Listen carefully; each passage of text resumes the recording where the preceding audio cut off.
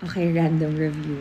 Hindi ako makatulog. Alam ko walang nagtatanong, pero gusto ko kasing i-share that last Sunday, I was able to try this grip enhancer, which is the Solomon Grip Enhancer. And it was very good because I have sweaty hands and we do practical shooting. So, you can also use it with other sports like tennis, golf, basketball, sa mga nagbubuhat, sa mga nagja-gym, diba? Amazing.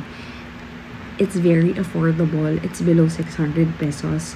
You can find it sa Lazada. It's sa Shopee. Fast shipping. Grabe. Very matipid pagamitin. Kasi, pea-size lang. Also pala, it's non-toxic. So, para sa mga tamad maghugas ng kamay dyan, tapos biglang gusto mong kumain, hindi ka magpo-poison. So, ayan, andyan yung instructions. What I do, share ko na lang din, is I put like a pea-size. And then, this 3 fingers, kinakalat ko lang siya, let it dry. Mabilis lang siya mag-dry. Bakit? Okay, clear. No magazine. Here. I don't want to put anything here in sa kanang kamay ko. So, because this is how I grip. So, nandito si grip enhancer and also here. Yan lang.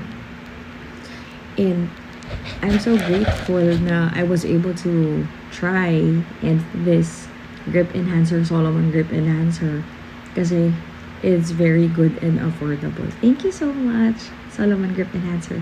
Try nyo. Amazing.